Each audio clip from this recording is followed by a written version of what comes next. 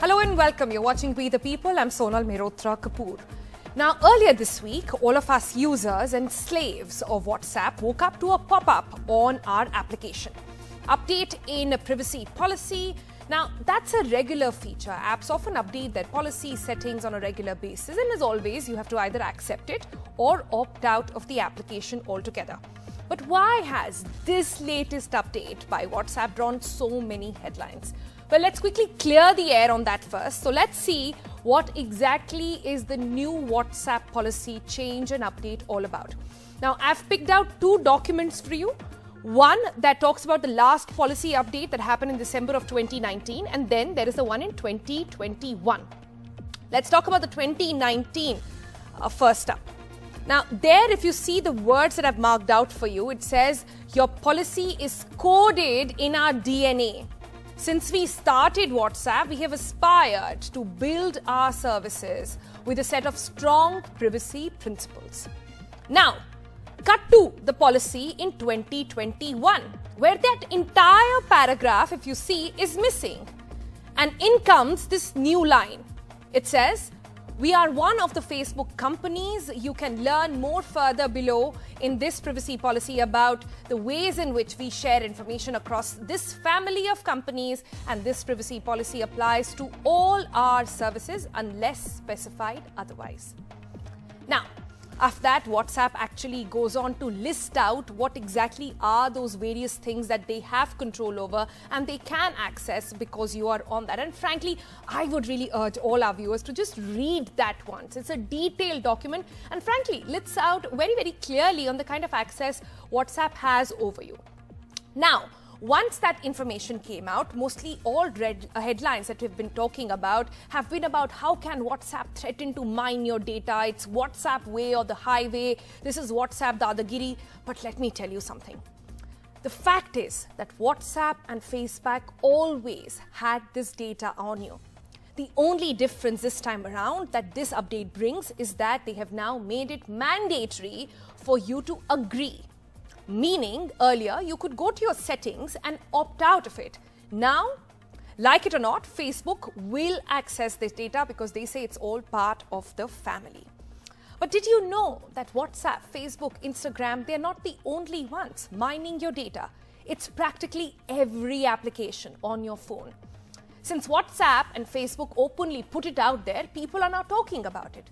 Take Google, for example. It knows exactly where you are, where you shop, what you do, what movie you watch, what are you searching, and because of Google Pay, even your account details. Now, with Apple's latest iOS update, it is quite simple to point out which app in your phone is actually listening to you. There's an orange line that pops up.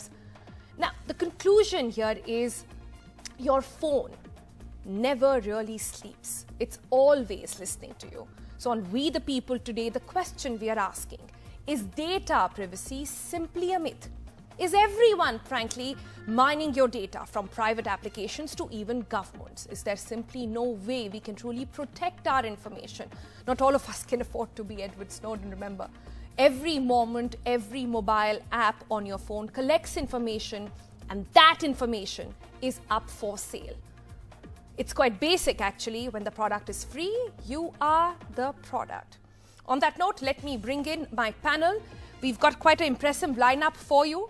We've got Ankit joining us. He is the managing editor for LinkedIn News India. Somebody who's already been tracking all these details quite closely. We've got Pranesh Prakash. He's an independent tech policy researcher. We've got Dhruv Bhutani, editor for Android Authority. Very glad to have Hitesh Chawla with us. He is the CEO for Silverpush. We also have Dr. Karnika Seth, cyber law expert and advocate. And delighted to have Samriddhi as well. She's a viewer and wrote in to us about some changes she has made to her phones and applications since the news got out. All right. So let me first give in the word to Ankit then. Ankit, you and I spoke earlier about how this is just the tip of the iceberg. There are two, every time I talk about this, there are two kind of people that really pop up. One who say, oh my God, this is WhatsApp dadagiri. And the others say, thank God, WhatsApp is at least coming out and saying that this is the data they have on you, compared to several other apps who are quietly behind the veil doing it anyways.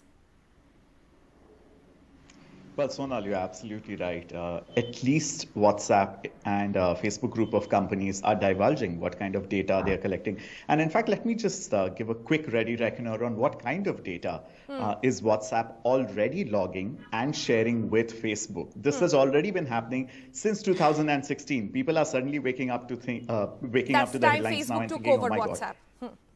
Yeah. So it's already sharing your phone number, your information, how many times you're logging into WhatsApp, how long you're using it, and which particular contact you're communicating with, most device identifiers, IP address, operating system, browser details, battery health, and a bunch of other information. Okay.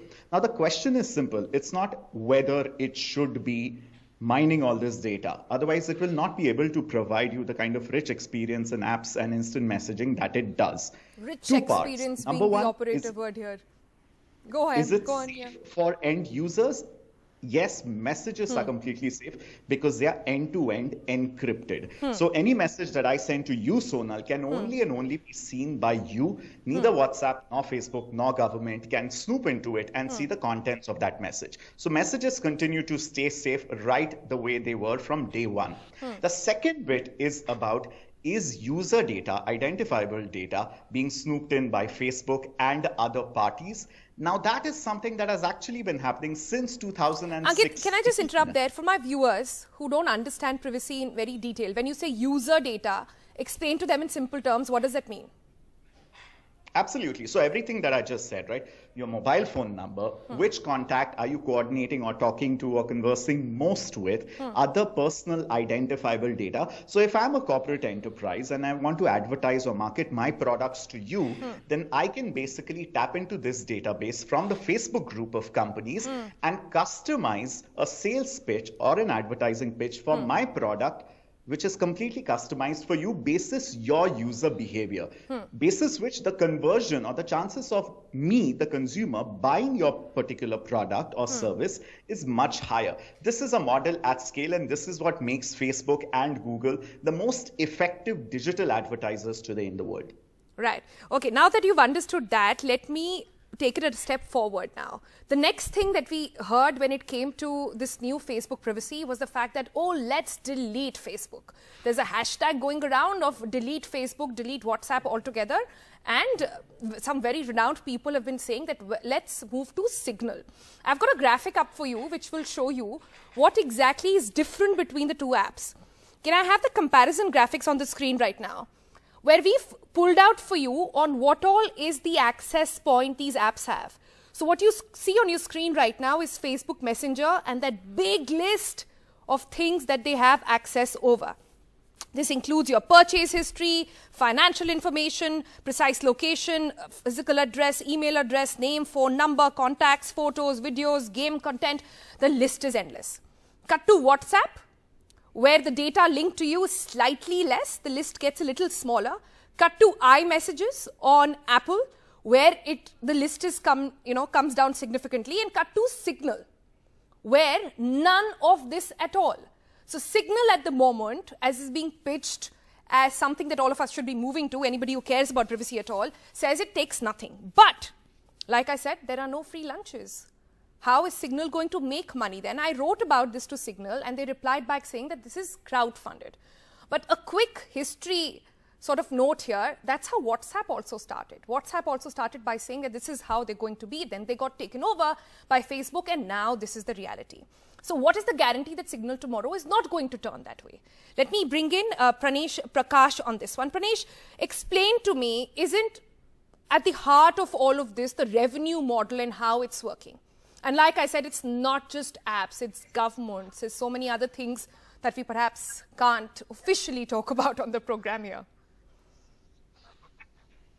Sure. So, yes, at the heart of this is revenue models, but you have to realize it was after WhatsApp was acquired by Facebook that they actually switched on end-to-end encryption in 2016.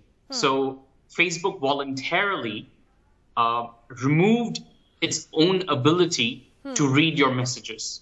Now, that's something that's been taken, for granted in many other cases. For instance, when you were using Google's Gmail up until recently, they were actually targeting ads to you on the basis of private communications, which Facebook actually removed I'm their very ability glad you to brought do. that up. Yeah.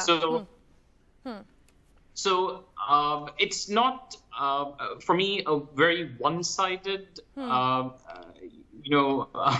affair. It's you can actually see that there are tensions in what WhatsApp is doing. Now, WhatsApp is launching a new product. Actually, two. One is they're expanding how businesses are able to launch using WhatsApp and communicate with their users. And they're launching something, built around UPI, so a payments service. Now, the biggest set of changes in this recent amendment to their privacy policy are actually around those. Now, it might be instructive to look at what WhatsApp has as its privacy policy here in India and the rest of the world versus what it has as the policy for Europe, where they have the very strong GDPR privacy law. Now, that's and what's something that? that's if missing. You could give our viewers a couple of points from there. Sure. So one example could be that in India, there is no law that prevents you from uploading your contacts onto WhatsApp, including people who actually aren't using WhatsApp. Now, to use WhatsApp, to be clear, you don't need to do this. You don't have to give them access to your contacts, to your address book, and to other people's phone numbers. That's not actually required in order to use it. But most people, when WhatsApp asks for permissions to access that information, they just click yes. Now, in India, if there was a law prohibiting it, then you wouldn't actually be uploading that information onto WhatsApp servers. Now, WhatsApp keeps information of people who are not on WhatsApp in a form that is unidentifiable to them, essentially in a pseudonymous form, according to their privacy policy. But we need stronger legal protections. So one of the things since you talk that's about legal protections, let me bring in Karnika Seth over here. She's a cyber law expert and advocate. Karnika, there's the debate around how India needs a data protection law has gone on for too long now, and there is a huge sort of debate over the current form of that bill as well. At the moment, the broader question for me here is that Europe, even with such a strict law, has not really been able to catch up with the policy. Technology always manages to be a step ahead of you. How will India ensure that this is a watertight system? Well, the PDP bill, which is underway now, is a strong law. It is basically structured in such a way that the whole institutional framework with the Data Protection Authority being there and stringent, legal recourse available, heavy fines and heavy penalties if there is any kind of a breach with any personal sensitive information of people, is going to bring a good law. We're only hoping that it happens faster than what it has taken. And this move of WhatsApp policy is coming at such a time where there is no strong law in India in terms of privacy or data protection. And you are saying then that if today the law was in place, WhatsApp wouldn't be able to do this? WhatsApp would have looked at very, these policy changes very minutely, because a lot of them would not have been, able to pass without the scrutiny of the Data Protection Authority. And if there was a complaint made, then the entire, analysis of this whole new change would have been, under a very close scanner. Because right now that structure and mechanism is not in place. It's an easy contract click-wrap agreement which is going to happen and which is happening. People are just clicking on I agree of the policy, and there's a legally valid, document, a contract which is being formed under Section 10A of the Indian contract, this Indian Information Technology Act, which is legally valid. So if that is all that is needed, then a lot of data of people is at stake. And that is what is the worry, because even though there is end-to-end encryption, how that is going to be monetized, how that is going to be put to commercial use is not being looked into and introspected in that scanner as PDP would have gotten to, if this was in place already. Right. So on that note, let me also bring in an insider's perspective here. We have Hitesh Chawla with us, CEO for Silverpush. Hitesh, as somebody who's from the system, who deals with this information gathering and disseminating and is, you know, in the thick of things, at this point, what are your major concerns? Sure. So can I add to something that was being said earlier? Sure. So one of the important things about data protection laws is that the data will have to be kept in India, which is actually one of the huge benefits of it, or one of the most important or key aspects of it, because when the data is kept in India, at least it's safe that data of India is not going to US servers. So that anyways is a very important part of the law, which will help in protecting the data. But it can always be sold to companies there? Now, that's a second part of it. Coming to how the data is used or how the data is captured. So I would say apps like Facebook or even WhatsApp or Google or all of these apps, I would say they at least reveal what they're capturing. And all the other, so many other apps, in fact, so many free apps that people have on their phones, they capture so much more data, and they do it for selling it. Can I ask you and give our viewers a good example on that front? Remember, all of us had this Face app controversy where you could go to Facebook and upload your picture and it would tell you how you're going to look at a particular age. Now, is it true that it was actually run by Russians and that was a way to actually take in all your biometrics? So I don't know. I don't know about that part, if it's true or not. But yeah, these things happen, and it's very common. Any app, in fact, I mean, not any app, but a lot of free apps that we use, publishers or owners of those apps will put any third-party SDK or a tracking code in their apps for just small additional revenue. And again, they're not wrong because they're giving free apps, so they need to make money. But there's no protection. There is no privacy that we talk about. And in fact, they don't care about our data.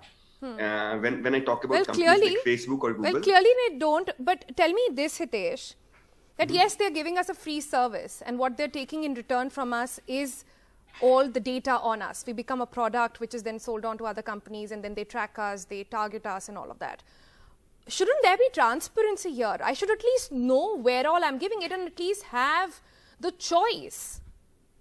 So Facebook and Google, I mean, one part is that I still feel safer with them, as in my data being safe with them. The second is that they do tell that they use our data in some way to personalize the ads, not more than that. They won't be selling the data. They won't be keeping data as it is, as in it's more of processed data where they create personas or they create... Give me an example of what you're saying. So let's say if I want to target a user, I want to run ads. And for me, a target user is, let's say, student living in Delhi, studying engineering. So that's my clear target audience, and how do I reach them? So that's where Google and Facebook help. And all businesses want that targeting. So if we look from the business side, it's very, I mean, the same people, when they're running their own ads, they want this kind of targeting available. And I think it's win-win from both sides, because Google and Facebook, at least the data is safer, and we know that they have better mechanisms in place to prevent the data leaks. Right. Let me bring in Dhruv Bhutani over here. He's the editor for Android Authority. Dhruv, then at the end of the day, is it really a question that privacy is a myth, right? At the end of the day, there is no way we can actually escape it. All of us have become such slaves of all these applications. I mean, can you imagine your life without Google? Can we actually imagine going around, driving around in Delhi or any part of the world without maps? Until the time it exists, they will continue to take it. For example, even if I were to switch off, and like I said, with the Apple iOS, it is so simple to detect that. The amount of times that orange light pops up, that's the amount of data all of them are using.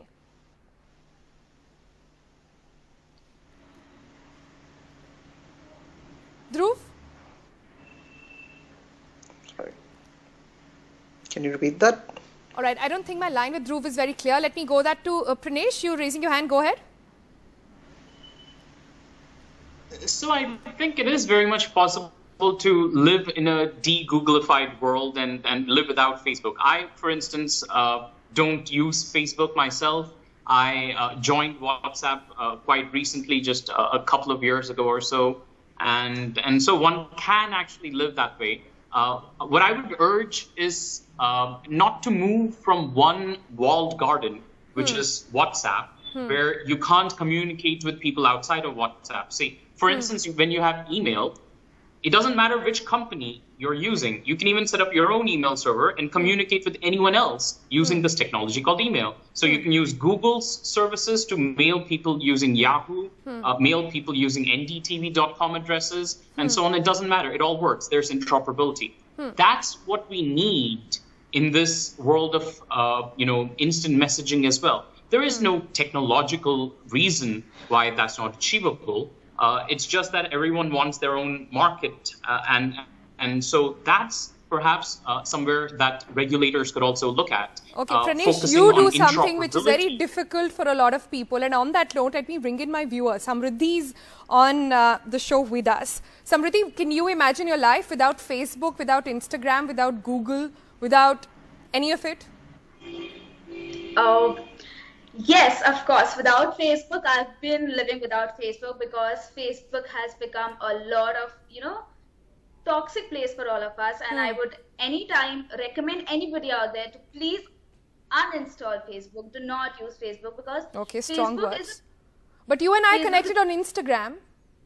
That's I guess Instagram, no, of course I cannot because I work on Instagram. I put out my videos, my posts out there. So of course not. I cannot imagine my life without Instagram. And let me ask you this. When you hear all these experts on the show today who are telling you that you simply do not have control over your data, you don't even know in most cases how much of data is being mined out of you, does that change your opinion at all?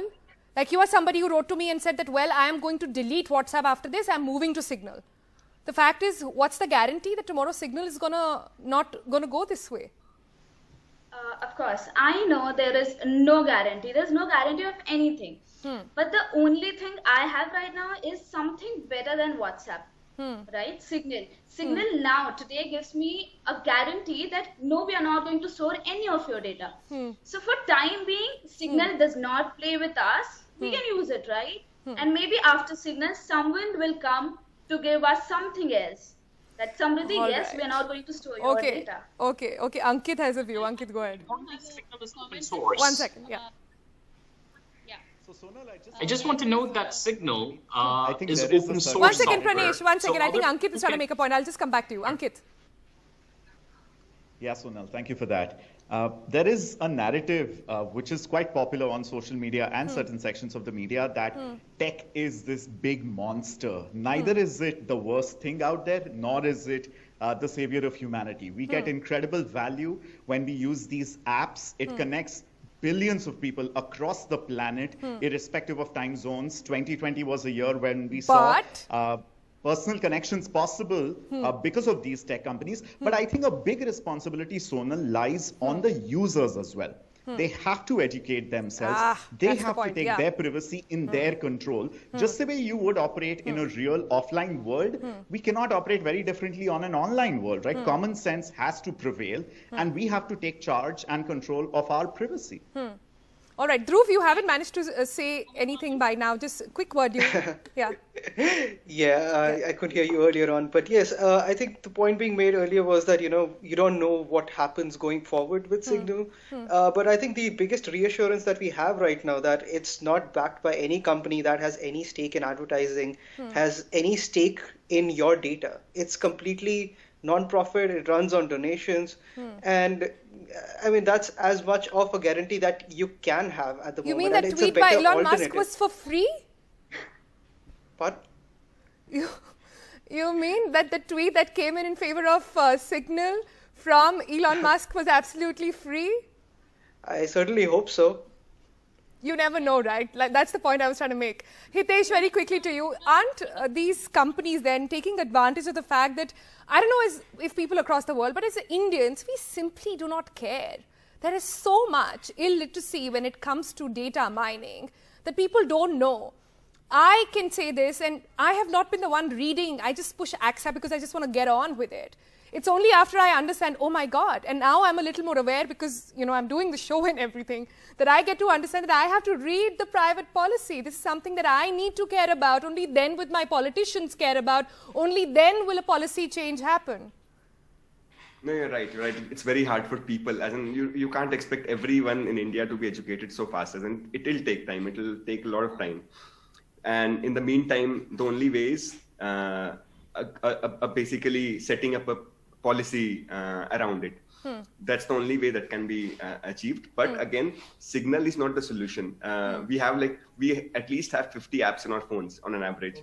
And if we have 50 apps and other 49 apps are still tracking your data, one single app switching from WhatsApp to Signal won't solve the problem. So solution is not signals. We are not moving from Instagram. Instagram is still the number one right now. Last 30 seconds. Pranesh wanted to come in earlier. Please go ahead. I just want to emphasize that we can't, by just educating ourselves, fix the problem. We need regulation. We need regulations focusing on competition and interoperability. And for viewers out there, I'd urge you to use free and open source software built on open standards. That's the only way to actually prevent these kinds what of does that mean, open standards? Where you have an average viewer won't get it. So I essentially mean something like email or something like Matrix or other software which are out there, which enable you to communicate with people outside of that walled garden. So I can't communicate with people outside of WhatsApp by using WhatsApp software. Okay, and I need to be able to do that. The way email is open, the world of instant messaging currently isn't open, and there are products out there which are open in that way. And I feel that moving from one walled garden to another just won't suffice. Right. Focus on openness. And we need government's intervention in form of regulation. Okay, I've run out of time completely. Unfortunately, this is a very fascinating subject. I promise to return to it, however. But thank you so much, all of you, for giving us your time and educating us all on this extremely pertinent issue. Remember, it's all connected. Your information going to these apps, going to the government, being used for propaganda, being used for fake news. So please try and understand what we're trying to say here. Consumer awareness is the only way forward here. That's it from We the People tonight. Good night.